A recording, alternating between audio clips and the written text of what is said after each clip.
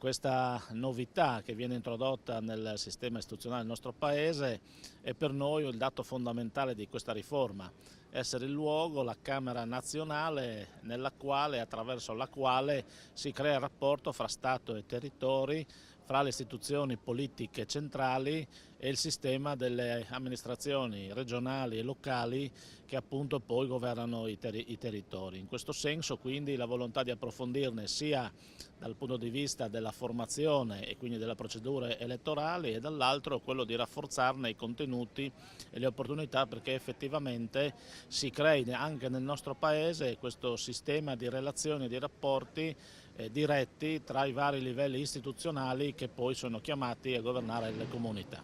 Il dibattito di oggi sulle nuove prospettive del Senato mette al centro le regioni e i territori. Credo che con oggi si parta concretamente per vedere l'Italia del futuro, l'Italia delle regioni, dei comuni e dei cittadini.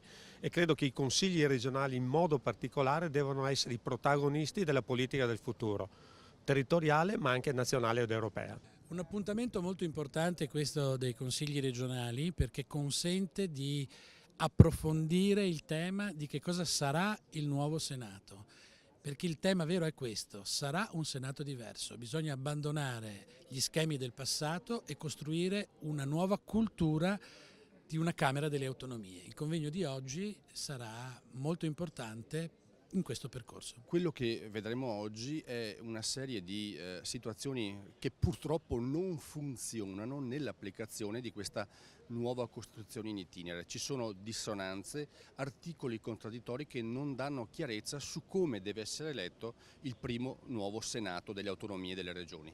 Quindi oggi metteremo in evidenza questo, ma dovremo anche mettere appunto a fuoco le soluzioni per evitare un impasse se passasse questa Costituzione, che renderebbe veramente difficile la composizione del nuovo Senato. La legge costituzionale inevitabilmente fissa solo grandi principi e dà indirizzi di norme transitorie. Sia i principi che le norme transitorie sono insufficienti a chiudere le modalità di elezione.